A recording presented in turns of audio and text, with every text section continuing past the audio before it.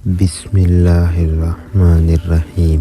السلام علیکم ناظرین، شیخ جنید بغدادی ایک دفعہ اپنے مریدوں اور شاگردوں کے ساتھ بغداد کی سیر کے لیے نکلے۔ انہوں نے بہلول کے بارے میں پوچھا تو کسی نے کہا سرکار وہ تو ایک دیوانہ شخص ہے۔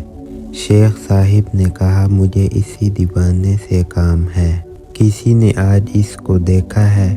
ایک شخص نے کہا ہاں میں نے فلاں مقام پر اس کو دیکھا ہے۔ سب اس مکان کی طرف چل پڑے۔ حضرت بہلول وہاں ریت پر بیٹھے ہوئے تھے۔ شیخ صاحب نے بہلول کو سلام کیا۔ بہلول نے سلام کا جواب دیا اور پوچھا کون ہو؟ شیخ صاحب نے بتایا بندے کو جنید بغدادی کہتے ہیں۔ بہلول نے کہا وہی جو لوگوں کو درس دیتے ہیں؟ کہا جی الحمدللہ۔ بہلول نے پوچھا شیخ صاحب کھانے کے آداب جانتے ہیں؟ تو شیخ نے کہا ہاں۔ بہلول نے کہا بتاؤ۔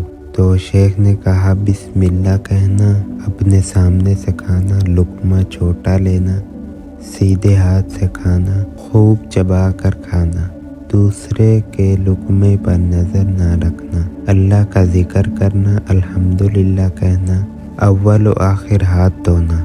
بہلول نے کہا لوگوں کے مرشد ہو اور کھانے کے آداب نہیں جانتے ہو، اور وہاں سے اٹھ کر آگے چل دیے۔ شیخ صاحب بھی ان کے پیچھے چل پڑے۔ مریدوں نے اصرار کیا شیخ وہ دیوانہ ہے، لیکن شیخ صاحب پھر وہاں پہنچے، پھر سلام کیا۔ بہلول نے سلام کا جواب دیا اور پھر پوچھا کون ہو؟ کہا جنید بغدادی جو کھانے کے آداب نہیں جانتا۔ بہلول نے پوچھا اچھا بولنے کے آداب تو جانتے ہوں گے؟ جی الحمدللہ۔ تو بتائیے۔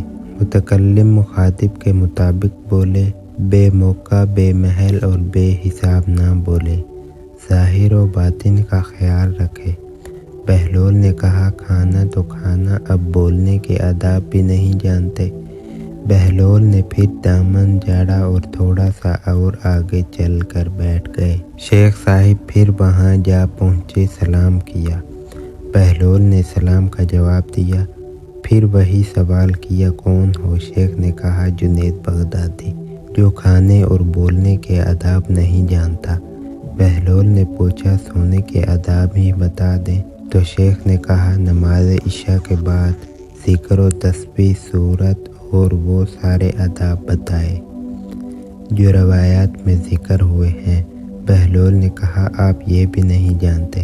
اٹھ کر آگے چلنا ہی چاہتے تھے کہ شیخ صاحب نے دامن پکڑ لیا اور کہا جب میں نہیں جانتا تو بتانا آپ پر واجب ہے۔